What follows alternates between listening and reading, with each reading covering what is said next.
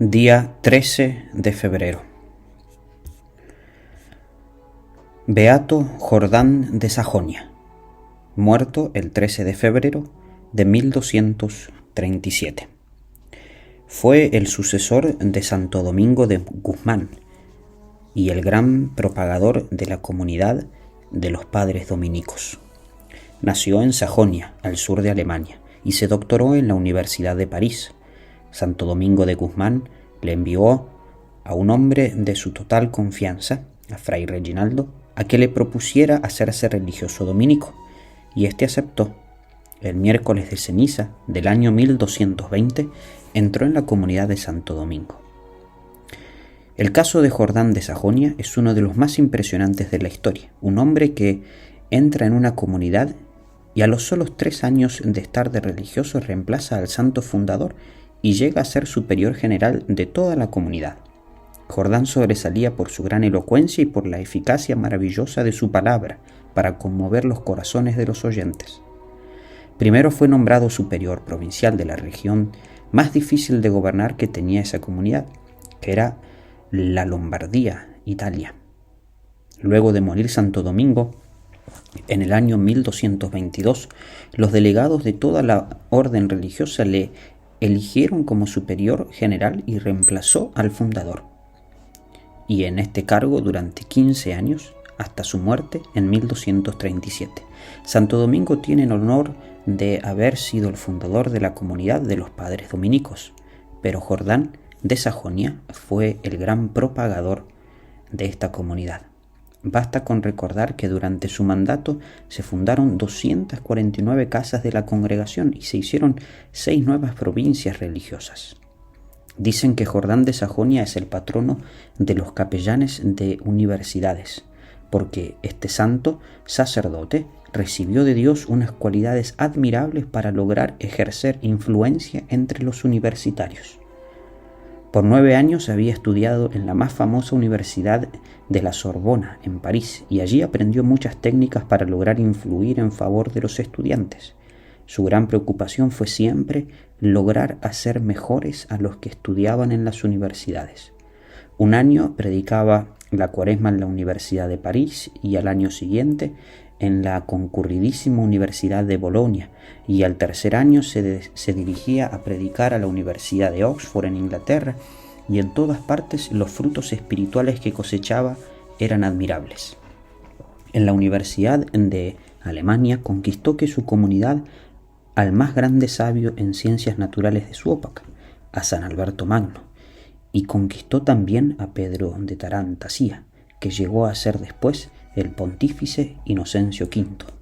Un famoso profesor de universidad previno a sus alumnos para que no se dejaran convencer de los discursos de Jordán, pero al oírle uno de sus elocuentes sermones, se convirtió él también en uno de sus más fervientes admiradores. Uno de sus antiguos biógrafos, compañero suyo, dice: «Las casas religiosas donde habitaba el padre Jordán parecían colmenas, por los muchos jóvenes que entraban a hacerse religiosos y por los muchos que de allí salían para ser superiores de otras casas religiosas.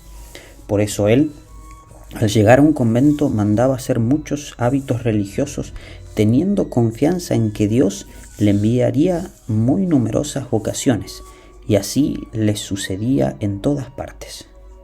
El padre Jordán no solo se iba a las universidades a conseguir jóvenes muy bien instruidos para que se hicieran religiosos, sino que también se iba a los campos y a los barrios a invitar muchachos sanos, aunque fueran ignorantes, a que entraran en la comunidad.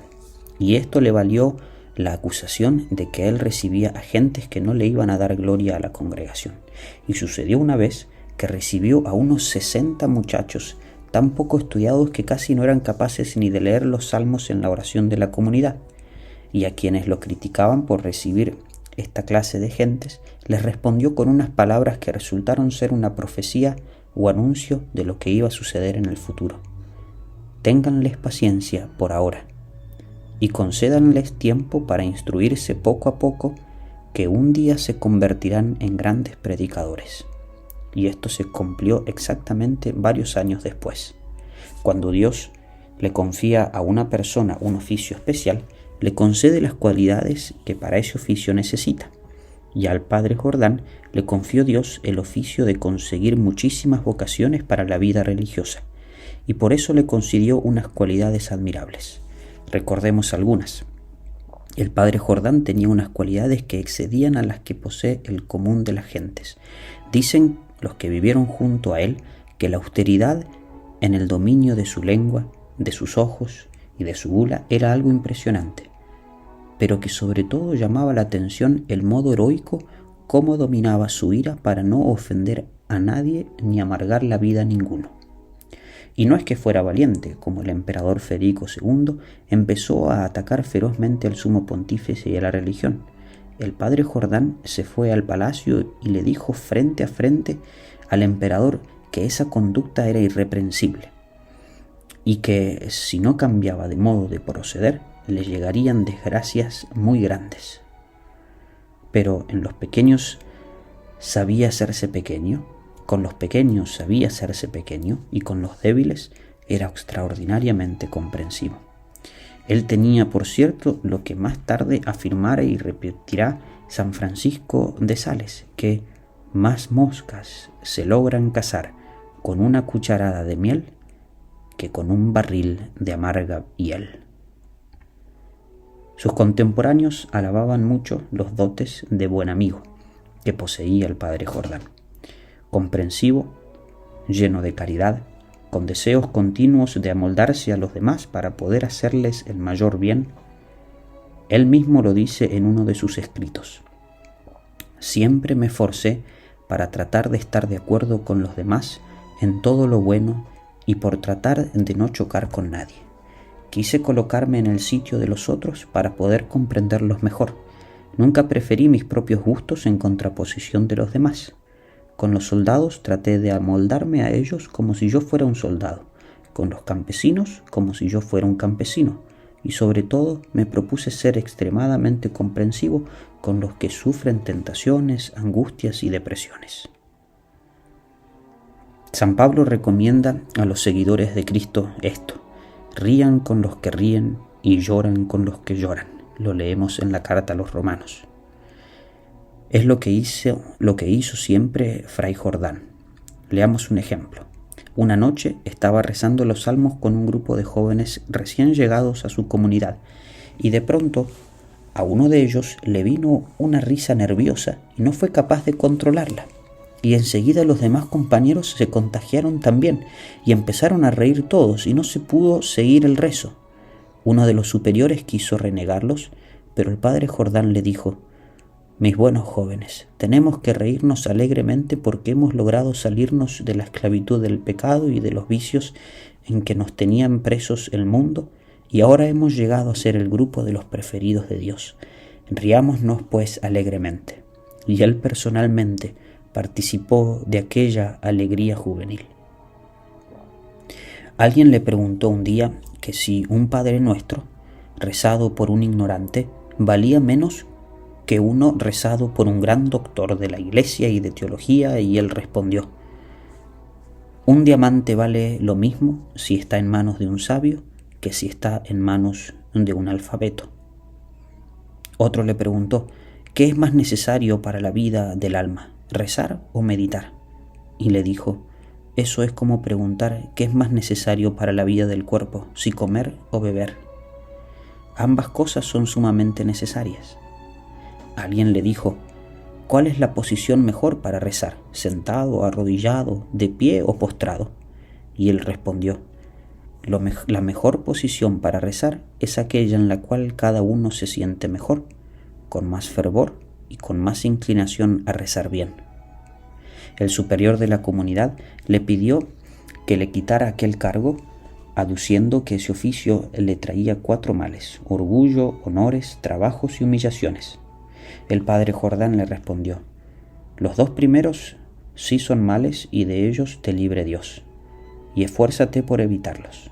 Los otros 2, los trabajos y las humillaciones, son grandes bienes que te conseguirá un puesto altísimo en el reino de los cielos. El padre Jordán, aprovechando que Dios le había concedido tal eficacia de las palabras, que dondequiera que predicaba o hablaba a la gente conseguía vocaciones, fue recorriendo ciudades y países predicando y consiguiendo que muchísimos jóvenes entraran de religiosos. El Señor le concedió la inmensa alegría de que el fundador de la comunidad, Santo Domingo de Guzmán, fuera declarado santo por el sumo pontífice en 1234. Con esta bella noticia, ya Jordán podía también irse al cielo tranquilo, y dispuso viajar a Jerusalén para visitar los santos lugares donde vivió y murió nuestro Señor Jesucristo, y para visitar a los padres dominicos que trabajaban en esas tierras. Pero en ese viaje de regreso ya, el barco que lo transportaba fue lanzado por una violenta tempestad a las costas de Siria, frente a la ciudad de Ptolemaida, y Fray Jordán y los demás pasajeros murieron ahogados. Era el 13 de febrero del año 1236. Las olas llevaron a las orillas del mar el cadáver del padre Jordán, y sus religiosos lo sepultaron con toda solemnidad. Después las gentes empezaron a conseguir milagros por su intercesión, y el Papa León XII lo declaró beato. Padre Jordán, gran promotor de las vocaciones, recuérdanos siempre aquella frase de un gran pontífice: las vocaciones existen, lo que hay que hacer es cultivarlas.